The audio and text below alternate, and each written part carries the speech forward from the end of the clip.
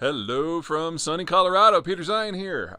Today we're going to talk about processing. So, a lot of people are familiar with some of the issues and opportunities that come from any number of industrial materials, whether that's iron ore, aluminum, or lithium or cobalt.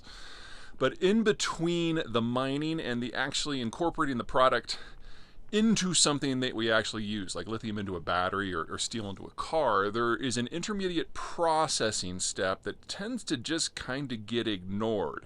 And that's about to become a very large concern for any number of sectors and countries. Once you get the raw material, the ore, the industrial material itself out of a mine, you then have to basically throw a lot of energy at it. Breaking down the ores to separate out the metals or the other materials that are within is an incredibly energy intensive process that usually takes place over several steps, and within those several steps not always can the same facility do all the same processing. So for example, you can smelt bauxite in order to get an intermediate product that looks a lot like cocaine called alumina, but then a different facility is needed to basically electrocute the crap out of it in order to transform it into aluminum. And you've got processes like this for everything. Typically for steel, your first step is to throw it into a foundry with some coal into a blast furnace, and then you get something called pig iron, and then as a rule, another facility will turn it into the type of iron and steel that we use every day. Now, the problem we're facing is that most of the world's materials processing is done in two specific locations. The first is in China.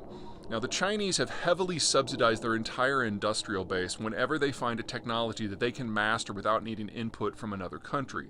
And since steel smelting was developed well over a century ago, this is something they have no problem doing. So they are by far the world's largest producer of raw and finished steel. Those subsidies have taken the form, in many cases, of financial assistance. Basically, if you can get a bottomless supply of 0% loans, then you can build whatever infrastructure you want. And that's helped drive more profit-driven industries out of business around the world. The second big player is Russia, and this is largely because they have very cheap electricity, because when the Soviet system collapsed in '89, the entire industrial base basically went kaput, except for the electricity generation system. So what the Russians did was they would import raw materials, use their cheap power and their cheap coal to do the processing, and then export a degree of value-added materials. And they do this pretty heavily with aluminum, they do this with chromium, they do this with titanium, materials that they don't really mine themselves, but they will bring them in for processing. There are very few materials in the world where this is not true. And if you've been following me for some time, you know that these are the two major countries that are facing the biggest demographic, economic, financial, and security crises of the world we're evolving into. So we need to prepare for a system where materials that come out of these two countries, intermediate and finished materials, maybe don't go to zero, but certainly face a significant collapse in the volume that they produce. There's nothing about this that can't be done anywhere else. It doesn't even take a huge amount of time, and it doesn't even take a huge amount of money, because a lot of this is technologies that's 50 or more years old. But that doesn't mean it's free, and that doesn't mean we can do it overnight. And even if all siting and regulatory concerns vanished, you're probably not going to put up a smelter for cobalt in the United States in anything less than a year. So not only with the way technology is evolving, do we need a lot more critical materials? And not only with the reindustrialization of the United States do we need a lot more steel and aluminum. And not only with the green transition do we need a lot more graphite and chromium and nickel. We're also looking at losing a lot of the world's processing capacity for these things all at the same time. Something's going to have to give. And that is going to be one of the greatest economic arguments, fights, and perhaps even wars of the next 10 years.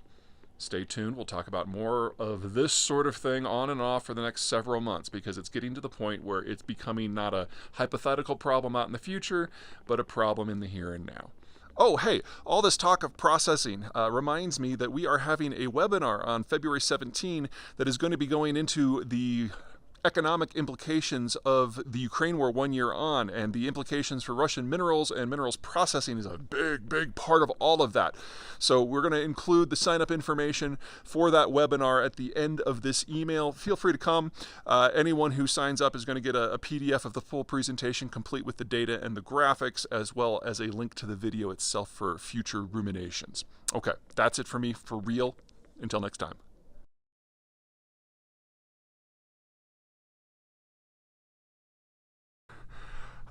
It's a problem with semiconductors because it just encourages other people to build alternatives and use alternatives. That is hideously wrong for two reasons. First of all, the nature of the semiconductor industry is more of an ecosystem. There's very few places that without significant industrial build-out could even pretend to do more than 2 or 3 steps of it, much less the dozen or so steps that are necessary to make... Sorry, it is really cold. I'm going to go down another layer here. For example, the lithography, the wafer manufacturing, the design, these are all done in different places, and the hardware is built in different places, and it all has to be brought together. Semiconductors are globalization given physical form. The idea that you can shuttle multiple products among multiple borders at any time and have long, involved technical supply chains operating without interruption, that's computing in general. But for semiconductors specifically, all of the hardware needs to get to the same location in order to then build the semiconductors. So you need lithography machines, which are fancy lasers, that come from the Netherlands. You need lenses from Germany. You need optics from California. You need designs from Silicon Valley and Salt Lake City. You need wafer systems that come from Japan, and so on. So you remove one country from this ecosystem and the whole thing falls apart. So that means that the United States, should it choose to go it alone, really can stick it to the Chinese, or anyone for that matter. But so can the Dutch, and so can the Japanese, and so can the Koreans, and so can the Taiwanese. It takes the family. So that's kind of piece one. Piece two is there was really never any doubt that the Japanese and especially the Dutch were going to join in the sanctions. And I know people are like, oh, their bottom line comes from China and corporations are not the same as governments. Well, I'm sorry, but it's just not that clean. The issue is you have to look at the locations of these countries and what they need to be independent, much less to thrive. In the case of the Netherlands, they're the runt in the neighborhood. They may be a powerful economy. They may be very high valuated and technologically advanced, but they're sandwiched between the Germans, the French, and the Brits.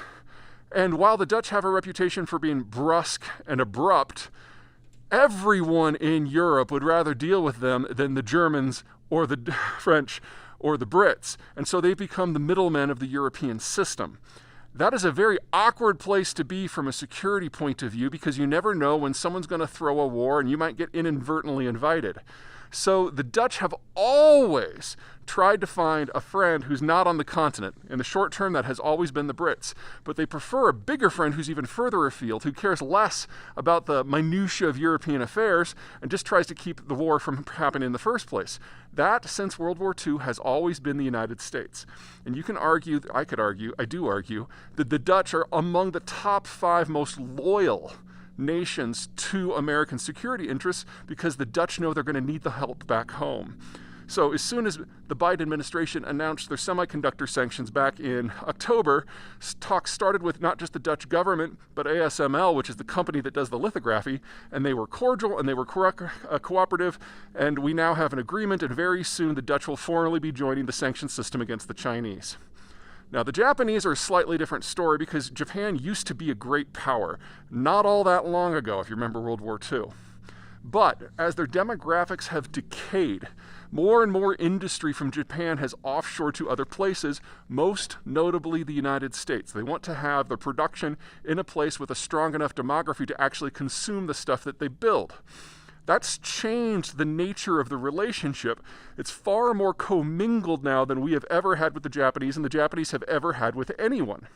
And so, under a previous government, the Shinzo Abe government, trade negotiators were dispatched to Washington to basically seek a deal with the Trump administration, and the deal they ended up getting was humiliating. But they realized that was the price of a strategic partnership that could stick. And then when Biden became president, other trade deals that were struck by the Trump team Other countries tried to back out, most notably Canada and Mexico tried to get away from some of the terms of NAFTA too. The Japanese made it very clear to the Biden administration that they were not going to be on that list. They were happy with the deal as it was. And the Japanese are now the only country that has been able to strike deals on trade and on security with both the Trump and the Biden administrations. Same terms. Which means that Japan's already made its bed. It has already decided that it has to be part of the American network. And so when the sanctions came up against semiconductors to China in October, honestly, it didn't take much arm twisting at all. So the Chinese, when it comes to the mid to high-end chips, are just out of the game now. They can't make any of this work. They're going to be buying as many chips as they can for as long as they can, but they're just not going to be able to advance past where they are right now. The only country that's kind of on the outs that has not agreed to join the sanctions in any meaningful way at this point is Korea. And it's easy to see why. They're in a tough spot. They've got Japan on one side, which has colonized them many times. They've got the Chinese on the other side, which is a huge neighbor, and their relationships are, in a word, complicated. And of course, there's the North Korean question.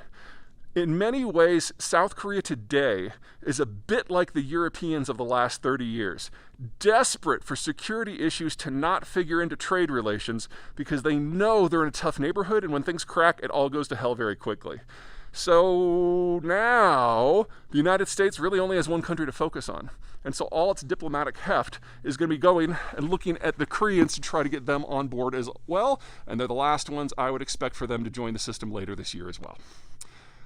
Now, the nature of making semiconductors. So there's dozens of different types, but you can kind of put them to three big buckets. Your top tier, the best ones, these are 10 nanometer and smaller. This is typically what's in your cell phone or in your high-end computers and servers. Those, about 80% of them are actually fabricated in Taiwan, with another 20% in South Korea. But again, you need the whole ecosystem to make it work. Remove one country, the whole thing falls apart. In the middle, you've got everything that goes from climate control systems to automotive to aerospace to machinery. Those are made in a host of places: United States, Taiwan, Korea, Japan, China, the Netherlands, a little bit in Britain and Germany as well. This still requires the ecosystem, but you could probably lose one player. Probably not more than one player. And then you got your low end, your 90 nanometers and up. These are chips that are basically analog processors. They can do one little yes-no equation, not much more than that. This is the Internet of Things, and this, for the most part, is centered in the Chinese system. Now, the Chinese are the only country that makes the 90 nanometer chips, and this is a low-tech enough chip that the Chinese don't need substantial help from the rest of the world in order to do it. So we're going into a really interesting phase here. I would argue that for regions of energy and agriculture and security and trade and personality and politics, that the Chinese system is in its final years. It's going to collapse this decade. And I would argue that the globalized system that allows the great good chips, the 10 nanometer and better, to exist, that perfect situation of trade with no friction, that's going away. What's in the middle that is a little bit more forgiving in terms of supply chain? That's what's probably going to last. So we're probably going to lose the really good chips and the really bad chips. And what's in the middle is just what we're going to have to make do with until we can have a significant industrial build-out in the countries that already have most of the remaining steps. And the Japanese, the Americans, and the Dutch are going to be the center of all of that effort. All right, that's it from me. I'm going to go warm up. Take care.